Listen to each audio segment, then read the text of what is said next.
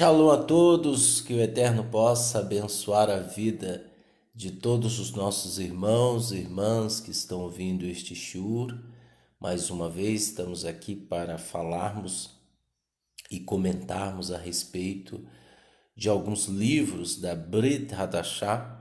E hoje nós estamos aqui lendo e, e falando a respeito do livro de Matitiahu, capítulo 22, 23 e 24. Como de costume, nós vamos ler e comentarmos a respeito dos assuntos, né? E falarmos o que realmente Yeshua estava querendo dizer com algumas parábolas, com alguns mistérios que ele mesmo falou, né? E deu a entender para muita gente qual era o sentido do reino do Eterno. E como de costume, nós vamos ler e dando a explicação devida. A cada Shabat nós lemos 3 capítulos, né? O livro de Matitiahu, de Mateus, ele vai até o capítulo 28 da Brit Hadashah. Ele vai até o capítulo 28 e depois nós vamos ver outro livro, né, para darmos continuidade, né? Provavelmente nós iremos ler o livro de Yohanan, João, né? O livro de João, e também dando as explicações, né? E no YouTube e na página Beit Netzer Efraim, você vai encontrar outros vídeos relacionados às cartas de Shaul, de Paulo, né? Ali tem os comentários, ali tem, né, as explicações devidas a respeito da Brit Hadashah. E gostaríamos de salientar que de maneira nenhuma Yeshua e seus Talmidim foram contra a Torá. Infelizmente, existem pessoas motivadas pelo interesse, pelo status, né, por interesse ganancioso a respeito de dinheiro, de barganhar. Então, as pessoas acabam dizendo e proclamando que a Brit Hadashah é um livro escrito por Roma. E de maneira nenhuma esse livro foi escrito pela Igreja Católica, tá? Eu costumo dizer, se a Igreja Católica ela escreveu esse livro, nossa, então a Igreja Católica ela é a porta, né? Ela é o caminho, porque eu tô para te dizer que nunca vi nenhuma escritura como essa. As escrituras sagradas você não vai ver comparação a outros livros ou qualquer livro. Ela é única, tá? Ela é única. Então, nós vamos ler, né? E comentar a respeito dos capítulos aqui seguintes. Bem, eu estou um pouco. Esse tempo em São Paulo ele tá meio quente aqui, o tempo tá seco, então caso irritação nos olhos, então você vai me ver aí com o nariz meio escorrendo, mas isso é normal, tá? Não é que eu tô com coronavírus não, tá bom? E, e a vida segue, tá bom? Então vamos ler. Capítulo 22 do livro de Matitiahu, Mateus, diz o seguinte: Yeshua usou novamente parábolas ao lhe dizer: o reino dos céus é como um rei que preparou um banquete de casamento para o seu filho. Enviou seus escravos para chamar os convidados para o casamento, mas eles se recusaram a vir. Então ele enviou mais alguns escravos, instruindo-os a dizer aos convidados: preparei meu banquete, matei meus bois e meu rebanho gordo, e tudo está pronto. Veja só, o Eterno, né? Ele veio para os seus e os seus não o aceitaram, é o que está escrito. Então Yeshua está dando uma comparação do reino dos céus como um casamento, como um banquete.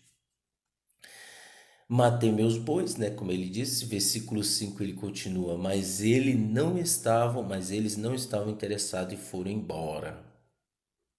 Um para sua fazenda, outro para os seus negócios, e outros agarraram os escravos dele, maltrataram e os mataram. O rei ficou furioso e enviou seus soldados que mataram os assassinos e lhe queimaram a cidade. Então ele disse aos seus escravos: o banquete de casamento está pronto, mas os convidados não eram dignos. Vão às esquinas e convidem para o banquete todos os que vocês encontrarem. Os escravos saíram para as ruas, reuniram todas as pessoas que puderam encontrar, gente má e gente boa, e a sala do banquete de casamento ficou cheia de convidados. Mas quando o rei entrou para ver os convidados, observou ali um homem que não estava vestido para o casamento. E por isso perguntou-lhe: amigo, como você entrou aqui sem a roupa apropriada para o casamento? O homem emudeceu. Então o rei disse aos seus servos: amarra-lhe as mãos e os pés e joguem para fora no escuro. Nesse lugar as pessoas lamentarão e rangerão os dentes, porque muitos são convidados, mas poucos são os escolhidos. Então, fazendo uma comparação com o reino dos céus, muitas pessoas são chamadas, mas poucas são escolhidas. Nós costumamos dizer que a maioria das religiões ela tem um objetivo de levar a pessoa até o eterno. Embora no meio dessas religiões exista pessoas maldosas, pessoas aproveitadoras, mas o interesse da maioria, não são todas, mas a maioria é de levar a pessoa até Deus, digamos assim. Então, de maneira indireta, o Eterno tem convidado pessoas para sentar à mesa, tantas pessoas ruins como pessoas boas. Mas é necessário que essas pessoas coloquem o seu traje de roupa, né, de convidado. Né? É necessário que essas pessoas venham pontuar, né, e colocar em observação que não é de qualquer jeito, tá? Então, foi no caso dessa pessoa, ela entrou, mas ela era um intruso, ok? E não colocou o traje. Veja, as portas estão abertas, é isso que Yeshua está querendo dizer.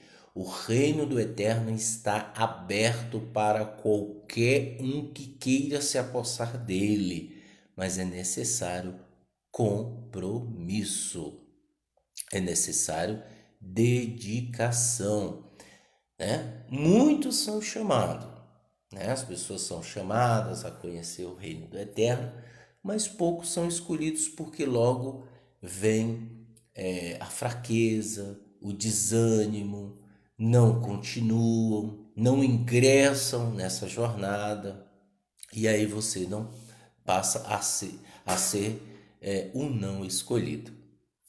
E ele continuou: então os paruxins saíram, que eram os fariseus, e começaram a planejar um meio de usar as palavras de Yeshua contra ele mesmo. Veja, a característica de uma pessoa quando ela não encontra erros, pecados, ela não encontra nada nessa pessoa que possa ser motivo de sua exclusão, de sua condenação. Eles acabam indo, né, em direção ao que ele fala, ao que aquela pessoa vai dizer, ao que aquela pessoa vai falar. Vamos supor, se Yeshua falar algo contra a Torá, eles estavam determinados a prendê-lo e a julgá-lo. Veja que Yeshua estava promovendo, né, um reinado. as pessoas estavam indo atrás dele, as pessoas já não aguentavam mais os escândalos, a corrupção, né? O templo estava corrompido, então as pessoas não aguentavam mais. Então, quando Yeshua aparecia, as pessoas iam atrás porque ele realizava milagres. Então, os parushim, os fariseus, não são todos os fariseus, tá? Fariseu é um título, pessoal. Fariseu é um título, parush é um título, caráter é outra coisa. Então existia fariseus, né, que tinham um mau caráter, mas existia fariseus que tinham um bom caráter. É diferente. É como eu já citei, existem médicos que são bom caráter e existem médicos que são mau caráter. Então é um título atribuído. As pessoas do cristianismo gostam de usar muita expressão. Ele é um fariseu porque ele saiu da igreja, né? Veja só, um fariseu, ele era uma pessoa, um erudito da época, uma pessoa que sabia e conhecia as escrituras, tá? Agora, pela ganância do poder, algumas pessoas se corromperam. E é nesse mau caráter que eu estou falando. E aí ele fala, né, que os parushim eles queriam encontrar alguma coisa para acusar Yeshua. Eles lhe enviaram seus talmidins e alguns partidários de Herodes. Eles disseram: Rabi, sabemos que você diz a verdade e que realmente ensina o caminho de Deus. Não está preocupado com o que as pessoas pensam sobre você. Por que não dá atenção ao status pessoal? Portanto, diga-nos sua opinião. A Torá permite o pagamento de imposto ao imperador romano ou não? Veja só, eles primeiro vêm com uma preparação de... Essa pergunta é sagástica, né?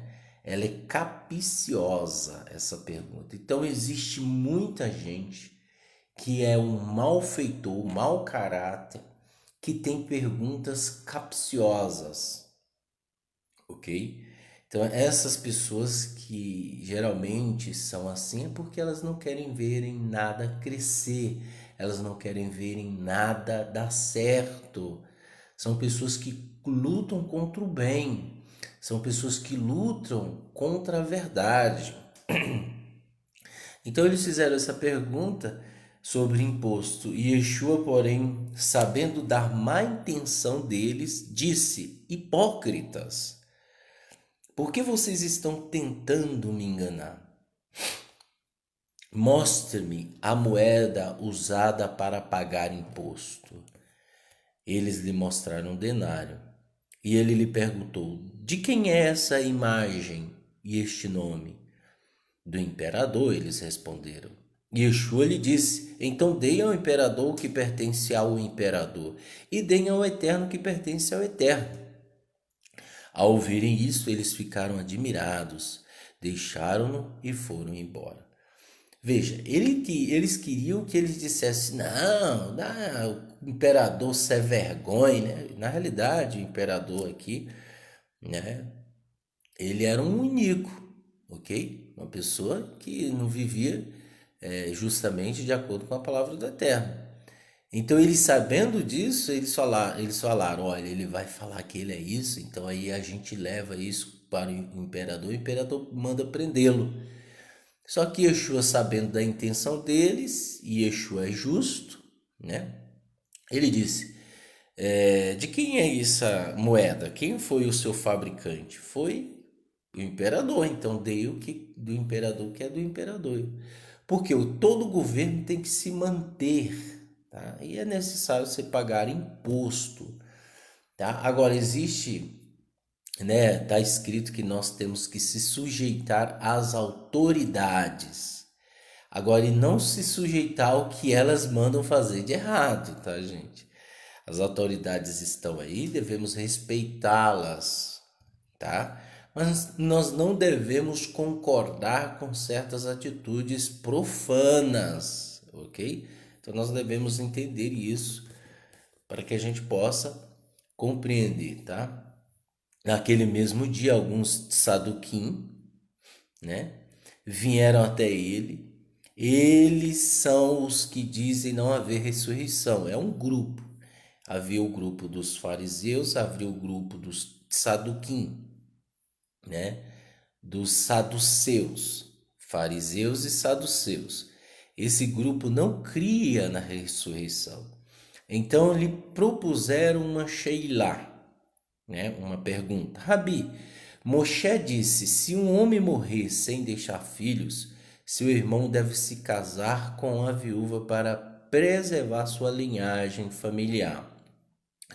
Eles citaram a palavra que está na Torá, que está em Devarim, Deuteronômio, capítulo 25, versículos 5 e 6. Aí eles continuam. Havia 7 irmãos, o primeiro se casou e morreu. Por não ter deixado filhos, a viúva se casou com o irmão dele.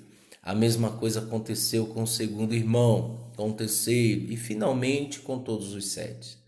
Depois de tudo isso, a mulher morreu.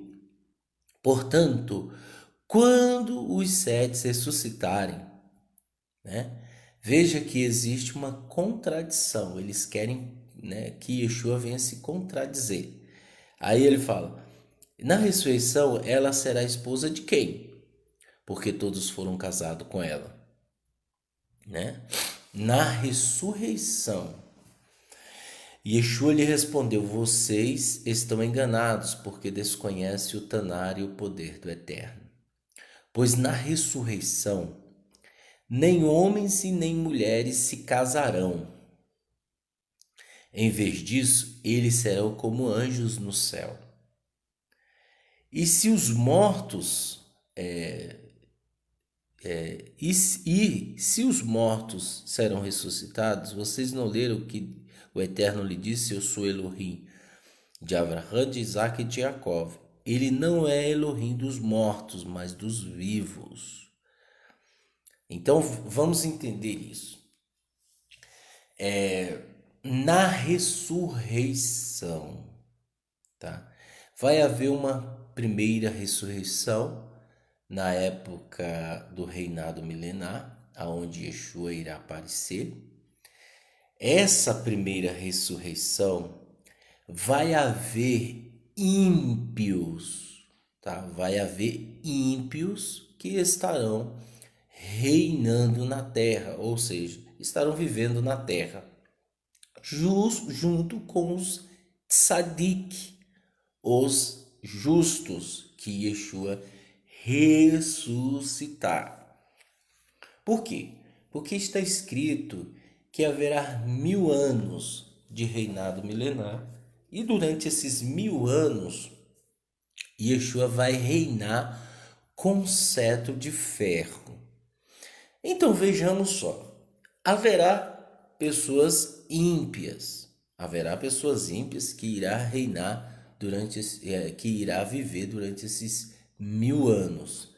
Por isso que ele vai regir com cetro de ferro, ou seja, as pessoas têm que guardar o Shabat, vai ter que guardar o Shabat. Se os ímpios vão reinar, tá? Vão viver conosco aqui no reinado milenar, então os ímpios, eles vão ter relações sexuais e vão procriar normalmente, ok? Os tzadik, os justos, eu acho, agora eu vou entrar no meu achismo, tá? Eu acho porque as escrituras não deixam isso claro. Veja, Yeshua fala de uma ressurreição, E essa ressurreição pode se dar em transformação do corpo, como antigamente era o corpo de Adão. Adão tinha um corpo sublime, né? Um corpo elevado antes da queda. Então, o que nós concluímos? Veja só, o Eterno, Antes da queda, o Eterno disse que era para Abraão procriar, ok? Procriar. Agora, existe uma questão de que Yeshua está dizendo, provavelmente, que no final de tudo não haverá sexo, relações entre homem e mulher, porque todos terão o corpo incorruptível, um corpo elevado no final de tudo, tá?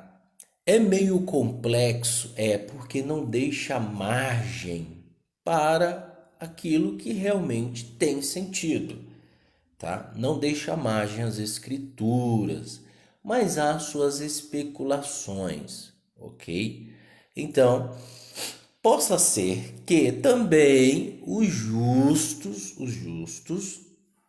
né, que viverem em meio aos ímpios durante os 1000 anos, eles não vão se relacionar, serão com os anjos, tá?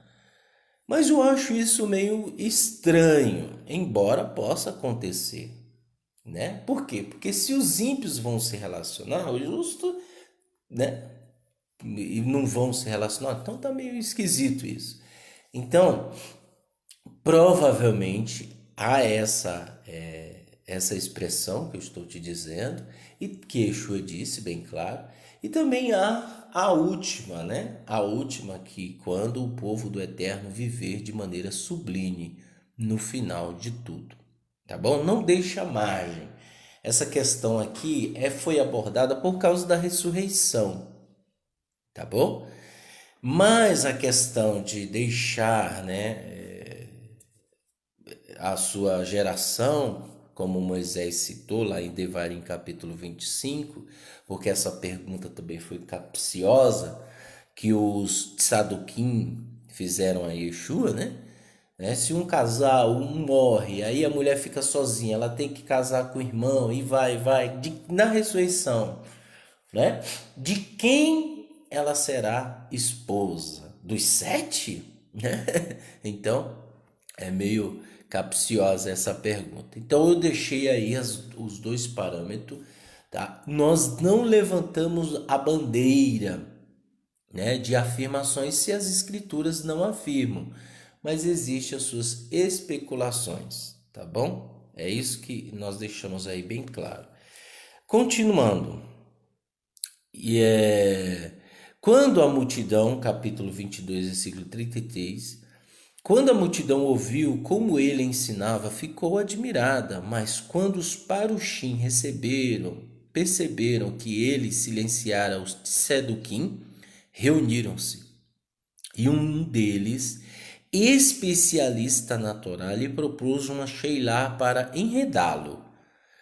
Rabi, qual das mitzvot, dos mandamentos da Torá, é mais importante? Ele lhe disse: você deve amar Adonai, seu Elohim, de todo o coração, de toda a alma e de toda a sua força.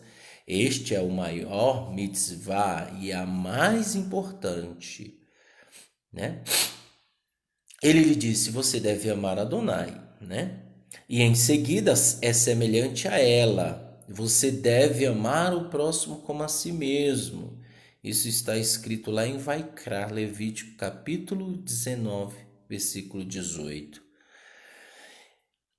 Toda a Torá e os profetas são dependentes dessas duas mitzvot. Ou seja, se você amar o Eterno, né, com todo o seu coração, só com o coração não é suficiente. De toda a tua alma, só com a alma não é suficiente. E com toda a tua força, só com tua força não é suficiente. Tem que atender esses 3 requisitos para amar o Eterno. Muitas pessoas pensam que apenas se simpatizar, aí eu estou me simpatizando com o Eterno. Existem muitas pessoas que se simpatizam com a palavra do Eterno, carregam ela debaixo do braço, andam com ela para cima e para baixo, mas na hora do vamos ver, são pessoas falsas, são pessoas que infelizmente covardes, essa é a palavra, covardes. Então você tem que atender esses três requisitos para amar o Eterno, de todo o coração, de toda a alma e de toda a força. Esta é a maior mitzvot. A semelhante é amar o próximo como a ti mesmo. Veja que muitos cristãos acham que esse mandamento foi inventado pelo Eterno, por Yeshua, por Jesus, né? Não foi, gente. Isso está na Torá, lá em Levítico capítulo 19, 18. Aí ele diz: todas as escrituras, toda a Torá e os profetas são dependentes dessas duas mitzvot. Ou seja, se você amar o Eterno com toda a tua alma e com toda a tua força, e amar o próximo como a ti mesmo, as outras você vai tirar de fichinha. Entenderam? Então, se você tiver, é o que Yeshua está dizendo, se você fizer esses dois mandamentos principais, os outros você vai tirar de fichinha. Essa é a realidade, tá? Então, faça isso, tá bom? E ele continuando, ele disse: então, dirigindo ao grupo dos Perushim, Yeshua lhe propôs uma Sheilá. Diga-me seu conceito acerca do Messias, de quem ele é filho? Eles lhe disseram: de David. Ele lhe disse: então, como é que Davi, inspirado pelo Espírito, chama Senhor ao dizer: Adonai disse ao meu Senhor: senta-te ao meu lado direito até que eu ponha os seus inimigos debaixo dos seus pés. Então veja, se Davi o chama Senhor, como ele pode ser filho? Ninguém conseguia pensar em nada para lhe responder naquele dia em diante. Ninguém mais se atreveu a lhe propor nenhuma sheilá, nenhuma pergunta. Vejam só, tem muita gente que fala que Yeshua não é o Mashiach, né? Vejam só, Yeshua lhe propôs uma pergunta para os fariseus e ele disse: diga-me seu conceito acerca do Messias, de quem ele é filho? Eles lhe disseram: de Davi. Então eles sabiam que Davi, né, que Yeshua viria da descendência, o Messias viria da descendência de Davi. Ok? Aí Yeshua lhe disse: então como é que Davi, inspirado pelo Espírito, chama Senhor ao dizer: Adonai disse ao meu Senhor: senta-te ao meu lado direito até que eu ponha seus inimigos debaixo de seus pés. Isso está escrito lá em Salmos, capítulo 110, versículo 1. Terrilim, capítulo 110, versículo 1. Então, se ele, Davi, escreveu isso, ele não é o Messias, ok? Porque ele está dizendo: Adonai, como que pode, sendo ele Senhor, dizer que vai sentar ao lado do Eterno? O que Davi estava expressando é que o Messias, Yeshua, ele sentaria do lado do trono do Eterno, tá? Ele foi inspirado pelo Ruach HaKodesh, pelo Espírito do Pai, para escrever esses salmos. Capítulo 23. Então Yeshua disse à multidão e aos talmidim: os mestres da Torá e os parushim se assentam na cadeira de Moshe. Portanto, tenham o cuidado de fazer tudo o que eles dizem, mas não façam o que eles fazem, pois eles falam e não fazem. Essa é uma característica do hipócrita, né? Eles falam, né, e não fazem. Eles dizem e não fazem. Então Yeshua disse que era para você obedecer aos que eles dizem, mas não imitá-los, nas obras infrutíferas que eles realizam, ou seja, que eles fazem. Então, Yeshua falou: eles amarram carga pesadas nos ombros das pessoas, mas não levantam um só dedo para ajudar a carregá-las. Ou seja, a característica, você que está me ouvindo aí, que o Eterno abençoe você grandiosamente, a característica de uma pessoa que quer escravizar outra religiosamente é pôr cargas e ditar regras. Tá? Essa é uma característica pagã, pessoal. Preste bastante atenção. Apesar do grupo Parush, os fariseus, pertencerem a uma classe de eruditos, isso não quer dizer que do meio deles saiam pessoas más. Vai sair sim, tá?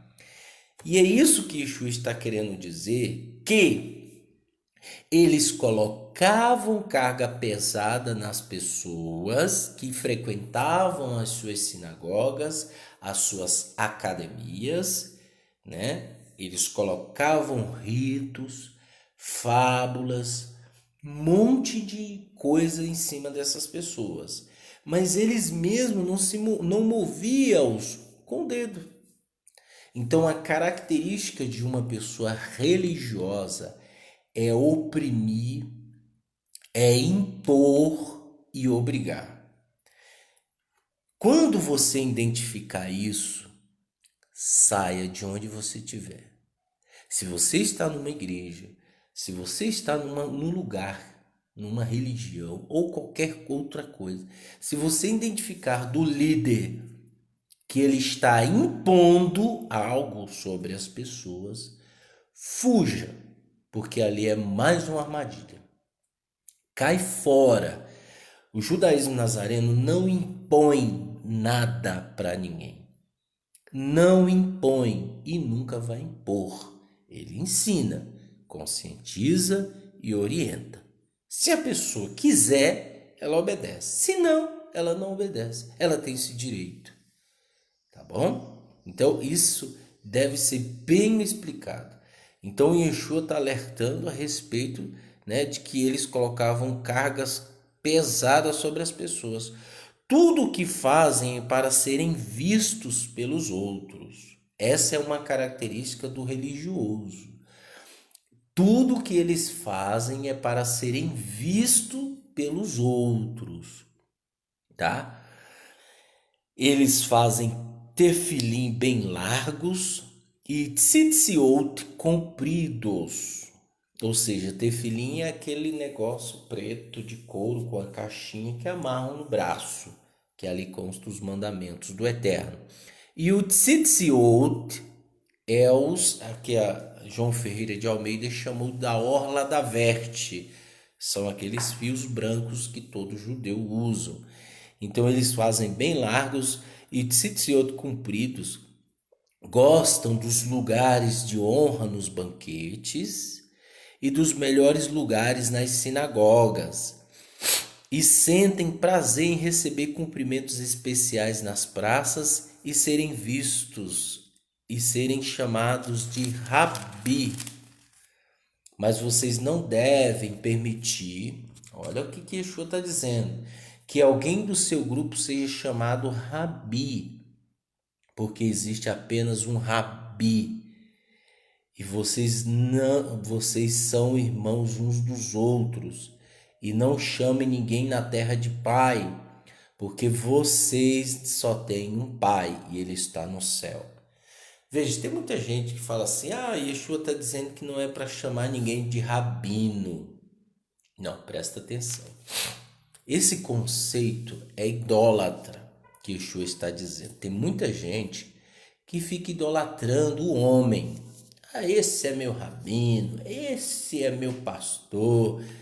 Gente, ele é um ser humano, tá? Se ele precisa de conserto, ele tem que se consertar. Então, é nesse conceito que Yeshua está dizendo. Não é porque você não deve chamar uma pessoa, um erudito, de rabino. Não, não tem nada a ver, tá? E ele fala: ninguém chame de pai. Então quer dizer que eu não vou chamar meu pai que me teve de pai. Não é esse conceito. Porque tem gente que honra o pai, que coloca ele lá no lugar de Deus e o eterno aqui na terra. Então é nesse conceito que você tem que tomar bastante cuidado. Aí ele fala: e não chame ninguém na terra de pai, né? Tampouco devem ser chamados de líderes, porque vocês têm um só líder, o Messias. O maior de vocês deverá ser servo, porque quem elevar a si mesmo será humilhado, e o que humilhar a si mesmo será elevado. Mas ai de vocês, mestres da Torá, e parushim hipócritas, fecham o reino dos céus na cara das pessoas. Vocês mesmos não entram e não permitem entrar o que desejam fazê-lo.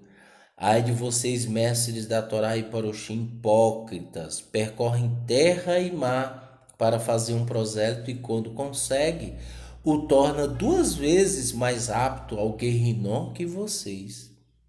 Então eles percorriam céu e mar atrás de um prosélito, né, para ficar em suas sinagogas, em suas academias, e aquelas pessoas, em vez de serem ensinadas um ensino sadio, né, eles colocavam um cargo, um peso na pessoa. Então a pessoa já era filha do Guerrinom, do inferno. Aí ela se torna 2 vezes mais.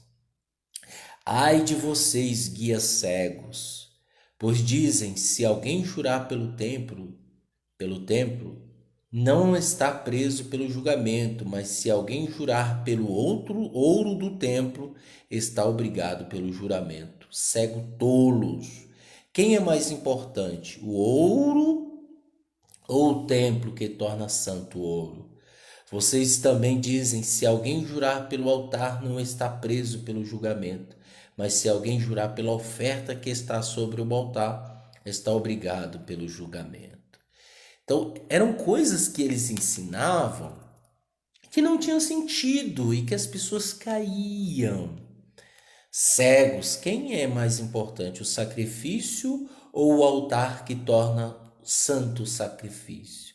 Portanto, quem jurar pelo altar, jura por ele e por tudo que está sobre ele. E quem jurar pelo templo, jura por ele e por quem nele habita.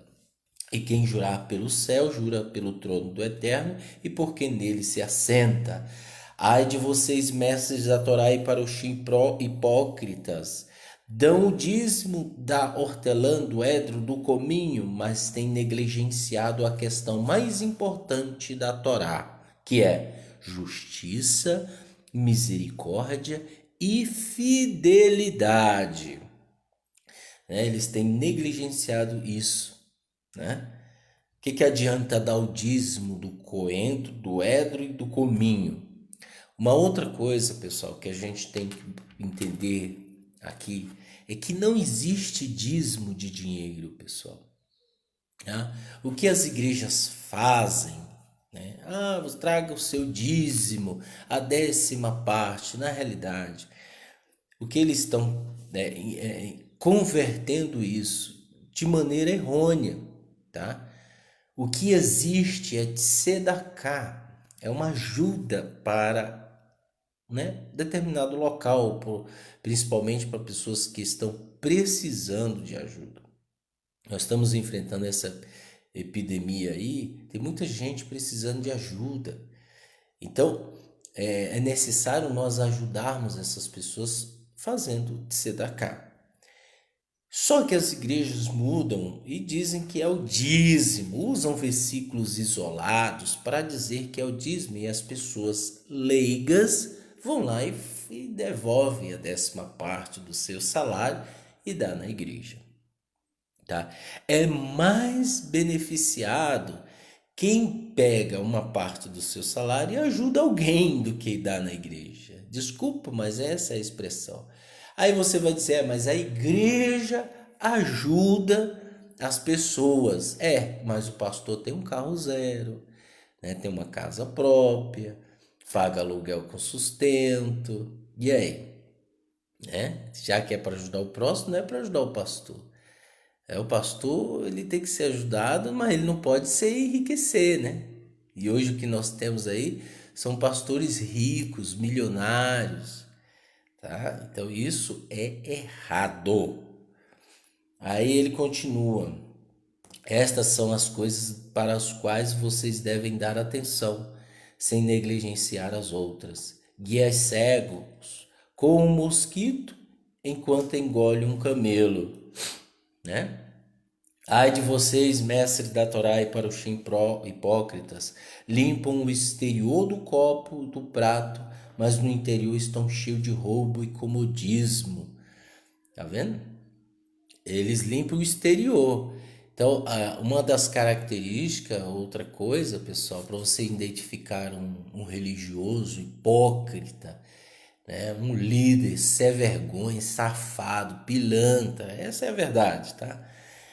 Para você identificar, é você notar que ele só se preocupa com o exterior e o interior eles não fazem nada para mudar. Então, essa é uma das características de que você deve tomar também cuidado. Também fique limpo. Ai de vocês, mestres da Torá e parushim hipócrita, pois são como túmulos caiados que aparecem bonito por fora, mas por dentro estão cheios de ossos e de todo tipo de podridão. Da mesma forma, para as pessoas vocês parecem exteriormente bons e honestos, mas interiormente estão cheios de hipocrisia e afastados da Torá.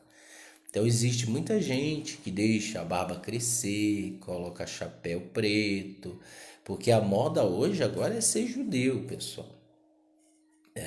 Eu costumo dizer que há 20 anos atrás, um pastor falava: o judeu, o judeu matou Jesus.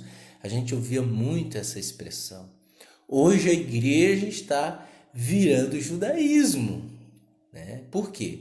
Porque é a moda, é a moda. E tem muita gente se fantasiando de judeu e é um verdadeiro pilantra. Sem vergonha, tá? Então tome bastante cuidado com isso. Não deem crédito a qualquer um barbudo ou que fala meio enrolado para dizer que ele veio lá de Israel. Não deem crédito a qualquer um barbudo, tá? Ou qualquer um que enrola a língua, né? E aí você puxa a ficha do camarada, é uma vergonha. Eu dou risada porque é uma vergonha, porque ele se intitula que ele é rabino. Aí quando puxa a ficha dele, ele é pastor, ex-pastor de uma igreja, né? Da Igreja Universal, da Igreja Assembleia de Deus, da Igreja Batista, da Igreja Presbiteriana. Ele é pastor, ele foi pastor. A vida inteira dele era do cristianismo. E hoje ele se declara judeu, né? Oh Senhor, tem misericórdia. E tem muita gente assim preocupada com o exterior para mostrar para as outras pessoas que elas estão, né, ali no auge da espiritualidade. E tá nada, gente. Cuidado, pessoal. Não confie em qualquer espírito, disse João. Prove os espíritos se eles procedem do eterno. Não deem qualquer crédito a qualquer um que fala em nome de Adonai. Tá? Até de mim mesmo, você está ouvindo eu falar aqui, você tem que desconfiar. Você não pode, você tem que analisar, né? Você não tem que ir logo caindo na rede, não. Você não pode cair em rede, é lógico que não pode, mas você não tem que ir logo se lançando, não. Essa é a expressão que eu quero dizer. Você tem que provar, você tem que entender, compreender, usar a inteligência, tá? E nunca se deixar ser preso por qualquer coisinha, o carisma, a simpatia. Não, quem faz isso muito é político e você sabe disso. E continuando, ai de vocês, mestres da Torá e parushim hipócritas, edificam os túmulos dos profetas, adornam os monumentos dos tzadikim, dos justos, e dizem: se tivéssemos vivido no tempo de nossos pais, jamais teríamos participado da morte dos profetas. Dessa mesma forma, testemunham contra si mesmos, que são descendentes dos assassinos dos profetas. Continuem então, terminem o que seus pais começaram. Cobras, olha o que Yeshua fala: cobras, filhote de cobras, como vocês escaparão da condenação ao Guerrinom, né? Por isso eu lhes envio profetas, sábios e mestres da Torá. Vocês matarão alguns deles, de fato, vocês os executarão em estacas como criminosos, e outros açoitarão nas suas sinagogas e os perseguirão da cidade em cidade, e assim sobre vocês recairá todo o sangue justo derramado da terra, desde o sangue do inocente Abel, Revel, até o sangue de Zacariá, Berequiá, a quem vocês assassinaram entre o templo e o altar. Sim, eu lhes digo que tudo isso sobrevirá a esta geração. Jerusalém, Jerusalém, Jerusalém, Jerusalém, você que mata os profetas, que abrideja os que lhes são enviados. Quantas vezes eu quis reunir seus filhotes como a galinha reúne os pintinhos debaixo de suas asas, mas vocês se recusaram. Vejam, o Eterno está abandonando a casa, deixando-a deserta. Onde está escrito isso? Jeremias, capítulo 22, versículo 5, pessoal. E é por isso que o templo foi destruído. Ele abandonou o templo por causa da corrupção. Você vê muito judeu, gente, levantando a bandeira. Não, eu sei que existe o povo verdadeiro, um povo que está contado, judeu verdadeiro, que não é salafrário, que não é sem vergonha, safado, pilantra. Existe judeu sério. Mas nessa época, o templo foi destruído por causa da corrupção. E quem comandava? O judaísmo farisaico. Hoje nós temos o judaísmo rabínico, tá? Então o judaísmo farisaico é o que comandava. Então Yeshua disse: olha, o Eterno vai deixar essa casa deserta. E foi o que aconteceu no ano 70. A casa ficou deserta. E aí veio a destruição. Os romanos saquearam o templo e destruíram o templo. Por isso que hoje se só vê aquela parede lá chamada Muro das Lamentações, que é uma das partes do templo, tá? Então nós devemos tomar bastante cuidado com isso, tá? Muitos judeus, né, se autodeclaram justos e não são. Muitos, tá? Pois eu lhes digo que vocês não me verão mais até que digam: bendito o que vem em nome de Adonai. Capítulo 24 diz o seguinte: assim que Yeshua saiu do templo e seguiu adiante, os talmidim se aproximaram dele, os discípulos, e chamaram sua atenção para as edificações do templo. Mas ele lhe respondeu: vocês veem tudo isso?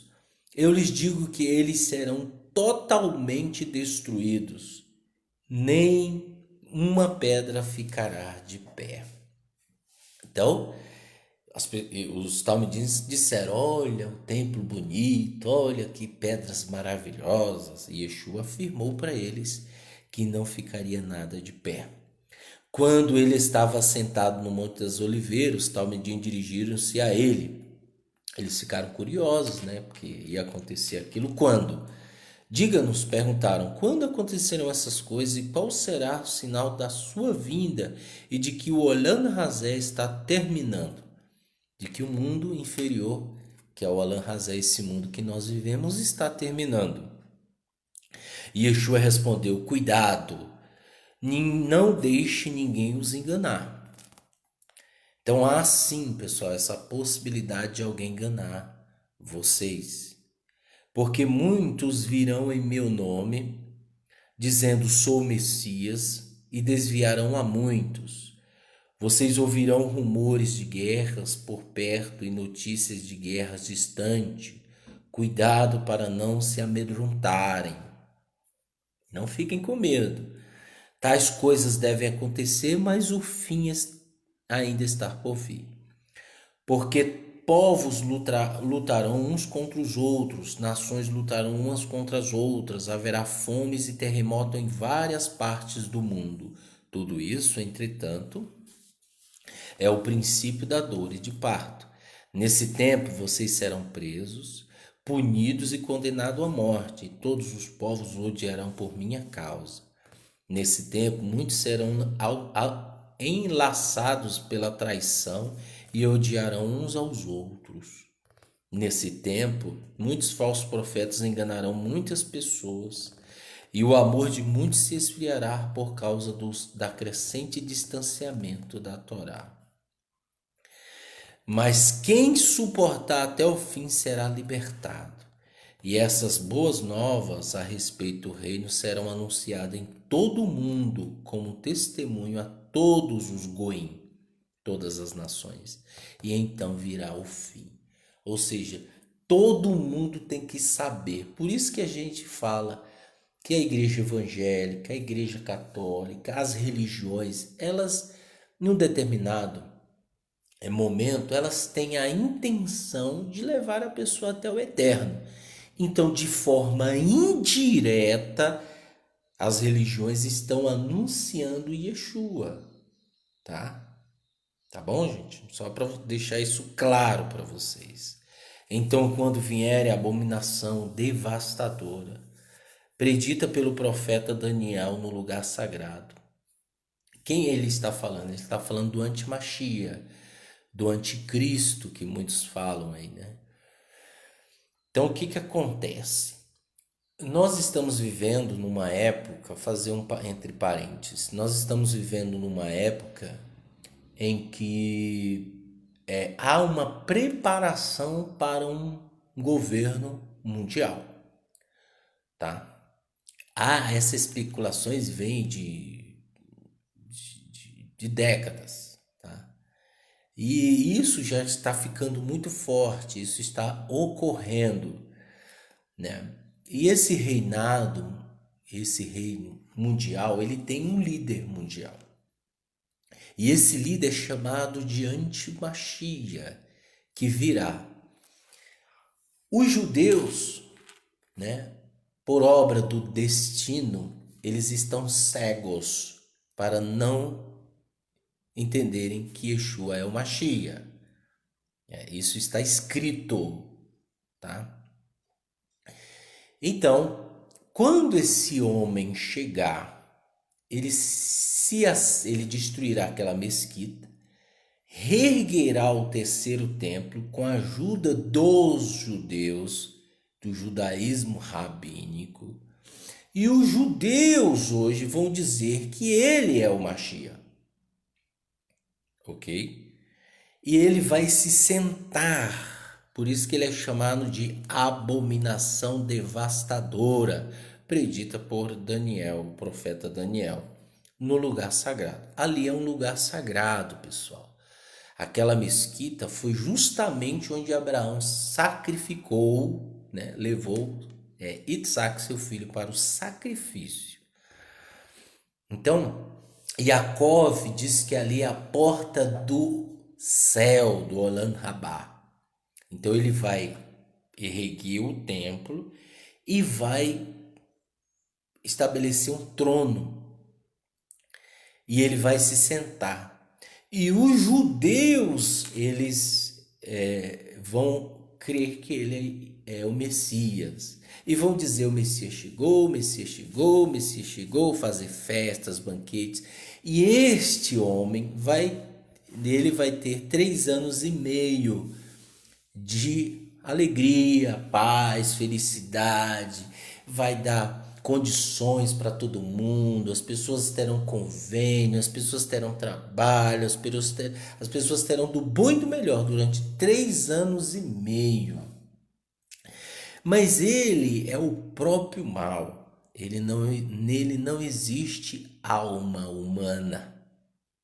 Ele é uma personificação do mal, tá? E aí, depois dos 3 anos e meio, ele vai mostrar quem ele é.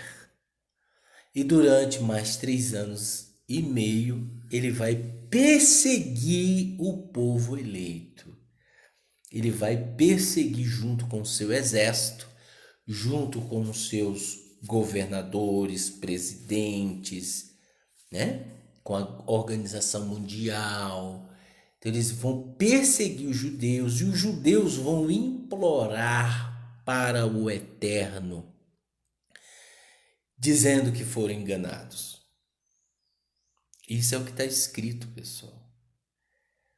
E aí eles vão implorar, pedir, mas serão 3 anos e meio de perseguição, morte, tortura.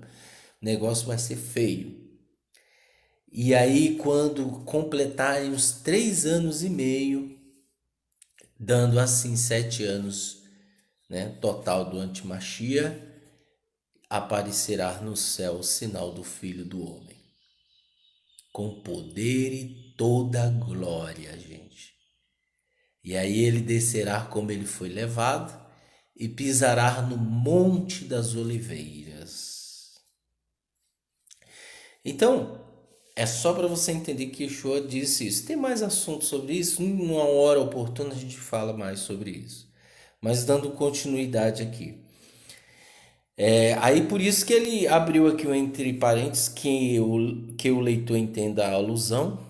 Será o tempo para quem estiver em Yehudá fugir para os montes, quando ele se sentar. Se alguém estiver no telhado, não deve descer para juntar os pertences de casa.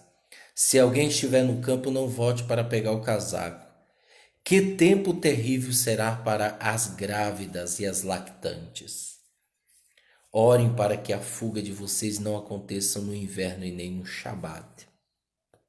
Porque haverá dificuldades enormes como nunca houve desde o princípio do mundo até agora. E nunca mais acontecerá algo parecido com isso.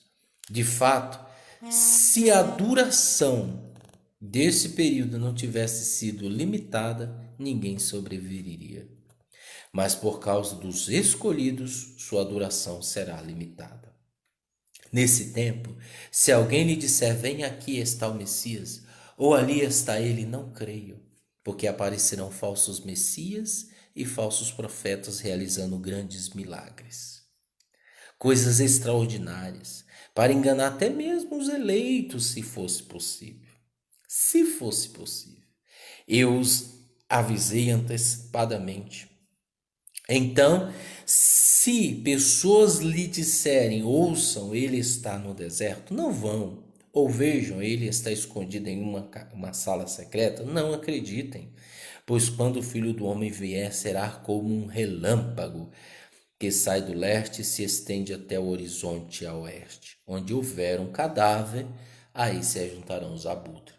Imediatamente após as dificuldades daquele tempo, o sol escurecerá, a lua não mais brilhará, as estrelas cairão do céu e os poderes celestes serão abalados. Então o sinal do Filho do Homem aparecerá no céu. Todas as tribos da terra se lamentarão e verão o Filho do Homem vindo nas nuvens do céu com grande poder e glória. Ele enviará seus anjos com grande som de chofar, e eles reunirão o povo eleito dos 4 ventos, de uma extremidade do céu e outra. Então os anjos vão vir aqui no Brasil e pegar um do eleito, um povo eleito, e se reunirá num só lugar. Que a figueira lhes ensine uma lição quando os ramos brotam e as folhas aparecem. Vocês sabem que o verão está próximo. Da mesma forma, quando virem todas essas coisas, saberão que o tempo está próximo às portas. Eu lhes digo que este povo não passará antes que todas essas coisas aconteçam. O céu e a terra passarão, mas as minhas palavras jamais passarão. Então, pessoal, quando ele falou isso, eu costumo dizer que uma vírgula que Yeshua fala, uma palavrinha que ele fala é um universo. Então, tudo isso que ele falou está ocorrendo. Nós tivemos vários falsos mestres ensinadores que profetizaram a respeito de uma coisa, outra coisa, de certas coisas que iriam acontecer, mas não aconteceu. Agora nós temos Yeshua, né, que falou isso há 2020 anos atrás e está acontecendo. Aí ele continua. Da mesma forma, enquanto virem todas essas coisas, saberão que o tempo está próximo às portas. Eu lhes digo que este povo não passará. 36 do 24 diz o seguinte: quanto ao dia e hora ninguém sabe, nem os anjos no céu, nem o filho, apenas o Pai. Porque a vinda do Filho do Homem será como ocorreu nos dias de Noé. Nos dias antes do dilúvio, o povo vivia comendo e bebendo, casando-se e se dando em casamento, até o dia em que Noé entrou na arca. E eles não perceberam nada até que veio o dilúvio arrastando a todos. Será exatamente dessa forma quando o Filho do Homem vier. 2 homens estarão no campo, um será levado e deixado o outro. 2 mulheres estarão moendo no trigo, uma será levada e deixada a outra. Portanto, fiquem alertas, porque não sabe o dia em que seu Senhor virá. Mas entendam isso: se o dono da casa soubesse a que hora da noite o ladrão viria, ele ficaria acordado e não deixaria sua casa ser arrombada. Portanto, vocês também precisam estar sempre prontos, porque o Filho do Homem virá em uma hora em que não se espera. Quem é o escravo fiel e sensato, a quem o seu senhor encarrega dos de sua casa para lhe dar alimento no tempo apropriado? Tudo irá bem para o escravo se ele for encontrado fazendo o seu trabalho quando o seu senhor vier. Sim, garanto-lhes que ele, o encarregado de tudo que possuiu. Mas se o escravo for mau e disser a si mesmo: meu senhor está demorando, e começar a bater nos conservos e gastar o tempo comendo e bebendo com bêbados, então seu senhor virá em um dia em que o escravo não espera e uma hora que não sabe, ele o cortará em dois e lhe dará lugar com os hipócritas, onde as pessoas lamentarão e rangerão os dentes. Bem, acabamos aqui a leitura do capítulo 22, 23 e 24. No sábado que vem, nesse mesmo horário, iremos falar sobre o capítulo 25, 26 e 27. E dando entrada ali à morte de Yeshua, né? Então você que me acompanha, está me ouvindo aí, compartilhe esse vídeo, faça com que chegue às pessoas, né, que estão precisando ouvir a verdade, né? Como eu disse, infelizmente a nossa página ela está bloqueada pelo Facebook, né? E por enquanto nós estamos fazendo por aqui mesmo. No canal do YouTube, a Beit Net Zefrai, Judaísmo Nazareno SP, lá você vai encontrar todos os vídeos relacionados às escrituras sagradas, tá bom? Qualquer dúvida, deixe seu comentário. Se você quiser fazer alguma pergunta, pode fazer, né? Vamos dar aí 10 minutinhos. Deixa eu ver que hora é essa. Se você gostaria de fazer uma pergunta, faça. Fique à vontade, você que está me ouvindo aí. Que o Eterno abençoe, muito maravilhoso, né? Esse Shabat aí, que estamos aqui com os irmãos. Nós temos o Miguel Cristiano, a Silvia Cristina Ferreira, o Rubens Santos, Telmo de Freitas, a Shafat Haji, né? Com certeza deve ser árabe, né? A Shafat Haji, que está nos ouvindo também. Que o Eterno abençoe vocês grandiosamente. Se alguém tiver alguma pergunta para fazer em questão a esse tema que nós colocamos aqui, pode escrever aí, tá bom? Enquanto isso, nós vamos. Já lemos a Brita Hadashah toda, né? Praticamente. As cartas de Shaul, já lemos quase todas. E livro de Hebreus, 1 Timóteo, 2 Timóteo, Tessalonicense, Filipenses, tá? Enquanto eu estou lendo, estou falando aqui, se você quiser fazer a pergunta, faça aí, gente. Só não lemos até agora o livro de Apocalipse. 1 Yohanan, 2 Yohanan, Kéfas, 2 Kéfas, 1 Kéfas, lemos, né? Gálatas, muito bom. Tiago, 1 Coríntios, acho que a gente não leu ainda. 1 Coríntios e 2 Coríntios, acho que já lemos, já falamos também, comentamos. A carta aos Romanos também colocamos aí, tá? Pois é, pessoal, eu acho que ninguém tenha pergunta, então que o Eterno possa abençoar vocês grandiosamente, tá bom? Que o Eterno possa dar a vocês a sabedoria, o entendimento, para que vocês possam encontrar a salvação. Em nome de Yeshua Mashiach, vamos fazer uma oração em nome de Yeshua Mashiach. Ó Santo, bendito seja Adonai Melech, Adonai Echad, Beshem Yeshua HaMashiach.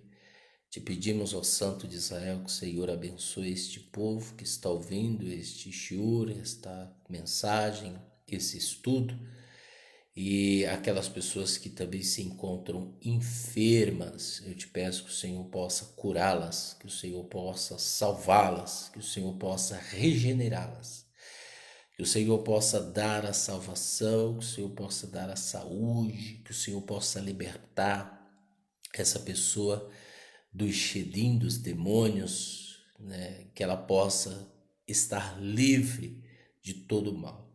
E que o Senhor dê para ela a shalom, a segurança, a confiança, a emuná.